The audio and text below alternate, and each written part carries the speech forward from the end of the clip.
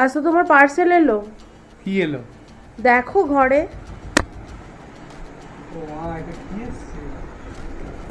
এই বাস,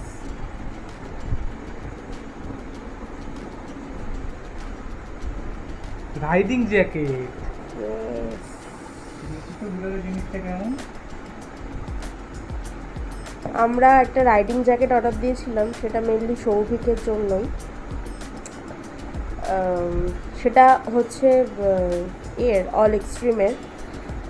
আশা করি ভালো হবে। ওরা ফার্স্টেই এরকম একটা জ্যাকেটটা রাখার জন্য ফ্রি অফ কস্ট একটা ব্যাগ দিয়েছে।